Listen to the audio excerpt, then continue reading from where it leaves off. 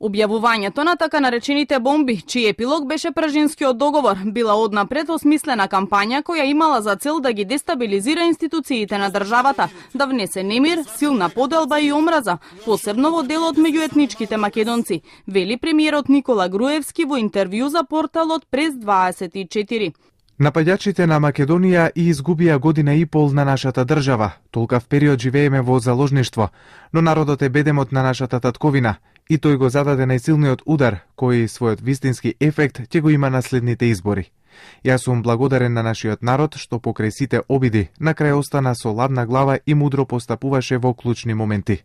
Вели Груевски во интервјуто. Финалниот удар за Зоран Заев и за опозицијата, како што додава премиерот, ќе биде во април. Тој направи споредба со бокс мечот меѓу Касиус Клеј и Џорџ Форман. Осмата рунда за Заев доправа доаѓа, а финалниот удар ќе дојде на 24 април, потенцира Груевски, кој рече и дека СДСМ и фондацијата Сорос се водени од гнев и омраза и дека целата своја стратегија ја базираат на погрешни претпоставки.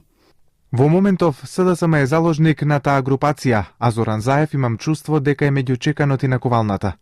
Не му е лесно и него. Целата оваа групација на партии и организации, финансирана од некои бизнисмени и делумно од странски фондови, има еден суштински дефект во своето работење. Направиле погрешна проценка на македонскиот народ и генерално на целото општество и се водени од гнев и омраза. Вели Груевски, кој во интервјуто се осврнува и на навредливите изјави дадени од преговарачот Питер Ван Хауте.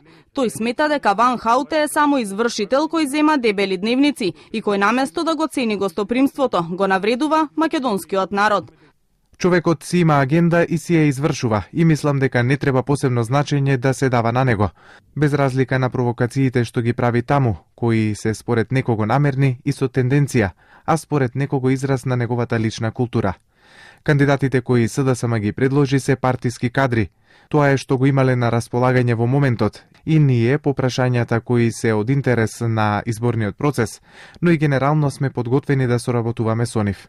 Генерално оставаат впечаток на згрчени луѓе кои се под голем партиски притисок да прават работи кои се недостојни во најмала рака, со цел да им донесат некој партиски поен. Смета премиерот.